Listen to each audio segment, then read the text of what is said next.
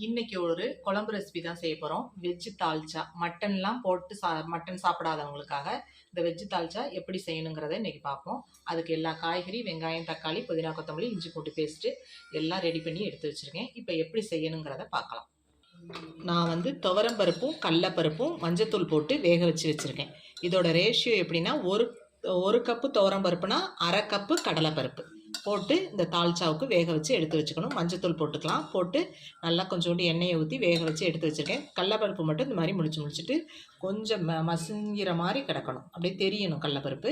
துவரம்பருப்பு நல்லா கடைச்சி விட்டுறலாம். ரெண்டையும் சேர்த்து வேக வச்சாச்சு. மட்டன் போட்டு செய்கிறவங்க இதில் மட்டனையும் போட்டு வேக வச்சு வச்சுருவாங்க. நம்ம வெஜ்ஜு தால்ச்சா செய்கிறோம். பருப்பு வேக வச்சாச்சு. இப்போ அடுத்து என்ன செய்யலாங்கிறத பார்க்கலாம். ஒரு பாத்திரத்தை அடுப்பில் போட்டுட்டு கடலெண்ணெய் கொஞ்சம் ஊற்றிக்குவோம். இப்போ எண்ணெய் சூடானோன்னே பட்டை, கிராம்பு, ஏலக்காய், சோம்பு எல்லாம் போட்டு தாளிச்சுக்குவோம்.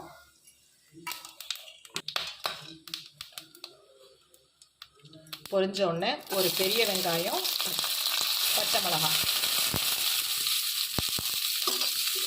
அது நல்லா வதங்கட்டும். ஒரு ஸ்பூன் இஞ்சி பூண்டு பேஸ்ட்,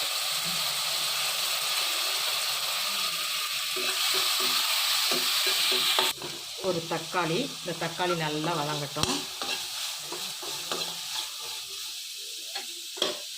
அதோடையே புதினா கொத்தமல்லியும் போட்டுக்கணும். இப்போ இது எல்லாம் சேர்ந்து நல்லா வதங்கி வரட்டும். தால்ச்சாவுக்கு வாழைக்காய், சொரைக்காய், கேரட்டு, கத்திரிக்காய் எல்லாம் நறுக்கி வச்சுருக்கேன். மாங்காவும் நறுக்கி வச்சுருக்கேன். மாங்காவை லாஸ்ட்டாக போட்டுக்குவோம். அதுக்கு முன்னாடி இதெல்லாம் தண்ணியில் நறுக்கி போட்டிருக்கேன். இன்னும் நீட்டமாக இதுக்கு நான் தால்ச்சாவில், கல்யாண வீட்டு தால்ச்சாவில், ஹோட்டல்லாம் பார்த்தீங்கன்னா மாங்காய் நல்லா நீட்டமாக, வாழைக்காய் நீட்டமாக, கேரட்டு நீட்டமாக, அதாவது சைஸ் அளவுக்கு அப்படியே நீட்டமாக போட்டு செய்வாங்க. நம்ம வீட்டில் செய்கிறதுனால சின்னதாக நறுக்கி போட்டிருக்கேன். அப்படின்னு வாழைக்காய் கொஞ்சம் நீட்டமாக போட்டிருக்கேன். ஒரு முழு வாழைக்காவை அப்படியே நீட்டமாக நறுக்கி போடுவாங்க. முழு மாங்காவை அப்படியே நீட்டமாக நறுக்கி போடுவாங்க. நான் சின்னதாக நறுக்கி வச்சுருக்கேன். இப்போ இந்த காயெல்லாம் போட்டு அதோட வதக்கிக்கும். மாங்காய் நறுக்கி எடுத்து வச்சுருக்கேன். இப்போ காயோட போட்டோம்னா வெந்து கரைஞ்சிரும். அதனால் கொஞ்சம் காயெல்லாம் வெந்த பிறகு போட்டுக்குவோம்.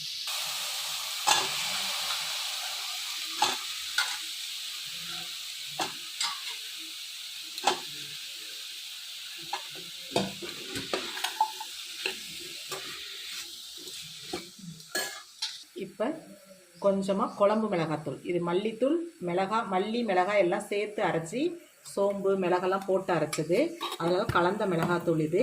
இதை மட்டும் இதில் குழம்பு மிளகாத்தூளை போட்டு நல்லா வதக்கி விட்டுருவோம். உங்கள் காரத்துக்கு தகுந்த மாதிரி நீங்கள் மிளகாத்தூள் போட்டுக்கோங்க. இப்போ இதில் தேவையான அளவு உப்பு,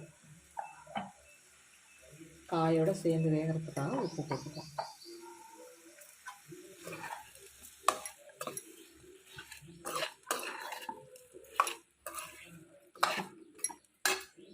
இப்போ காய், மிளகாத்தூள் எல்லாம் சேர்ந்து நல்லா வதங்கி வந்துட்டு இப்போ இதில் கொஞ்சமாக காய் வேகிற அளவுக்கு தண்ணி ஊற்றிக்குவோம்.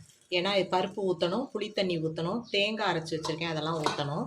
அதனால் இப்போ இது நல்லா வெந்து வரட்டும். காயெல்லாம் நல்லா வெந்து வரட்டும்.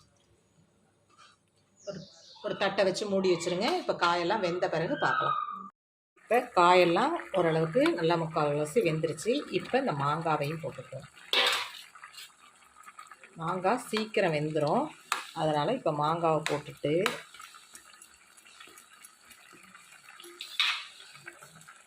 மாங்காய் கொஞ்சம் வேகட்டும். புளி கொஞ்சமாக கரைச்சி வச்சுருக்கேன். புளி ஊற்றினா தான் தால்ச்சா நல்லாயிருக்கும். புளி கரைச்சி வச்சுருக்கேன். மாங்காயில் நிறைய புளிப்பு இருந்தால் புளியை கொஞ்சமாக கரைச்சிங்க. நானும் கொஞ்சமாக சின்ன எலுமிச்சை சைஸ் புளியை கரைச்சி வச்சுருக்கேன். இப்போ ஒரு நிமிஷம் மாங்காய் வெந்தோடனே நம்ம பருப்பை ஊற்றலாம். மாங்காய் ஓரளவுக்கு வெந்துருச்சு. இப்போ வேக வச்சுருக்க கடலைப்பருப்பு, துவரம்பருப்பை இதில் ஊற்றிக்குவோம். நல்லா கலந்து விட்டுட்டு துவரம்பருப்பு இது மாதிரி தெரியணும். அதையும் நல்லா கரைச்சி விட்டுறக்கூடாது. துவரம்பருப்பு வெந்திருக்கணும், ஆனால் கொஞ்சம் முழிச்சுட்டு நம்ம கூட்டுக்கெல்லாம் போடுவோம்ல அது மாதிரி தெரியணும். இப்போ கரைச்சி வச்சுருக்க புளியை ஊற்றி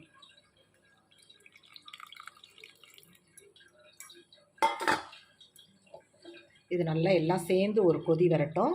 நம்ம அரைச்சி வச்சுருக்க தேங்காய் ஊற்றிக்கலாம். ஒரு 2 கீத்து தேங்காயில் கொஞ்சமாக சோம்பு போட்டு அரைச்சி எடுத்து வச்சுருக்கேன். இப்போ இதெல்லாம் நல்லா கொதித்து வரட்டும். லாஸ்ட்டாக ஊற்றிக்குவோம்.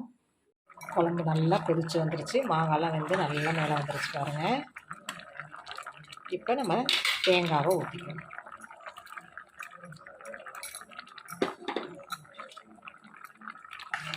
இப்போ ஒரே ஒரு கொதி கொதிச்சா போதும். தேங்காவோட பச்சை வாசனை போகிறதுக்கு ஒரு கொதி கொதித்து வரட்டும். இந்த டைமில் உப்பு எல்லாம் டேஸ்ட் பார்த்துக்கிட்டு போட்டுக்கோங்க. இப்போ இது ஒரு கொதி கொதிக்கட்டும். இப்போ நல்லா கொதிச்சுட்டு ஸ்டவ் ஆஃப் பண்ணிடுவோம். தால்ச்சா ரெடி ஆயிடுச்சு. சூப்பரான தால்ச்சா ரெடி ஆயிடுச்சு. எல்லா காய்கறியும் போட்ட தால்ச்சா. காய்கறி நம்மள்ட்ட என்னென்ன இருக்கோ எல்லாம் போட்டுக்கலாம்.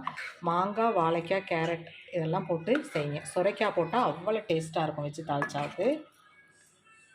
இதுலேயே மட்டன் வேக வச்சு போடுறது தான் மட்டன் போட்ட வெஜ்ஜு தால்ச்சா. மட்டனில் இந்த எலும்பு கறியாக போட்டு வைக்கிறது. இது இன்றைக்கி நாங்கள் புலவு சாதத்தோடு வச்சு சாப்பிட போகிறோம்.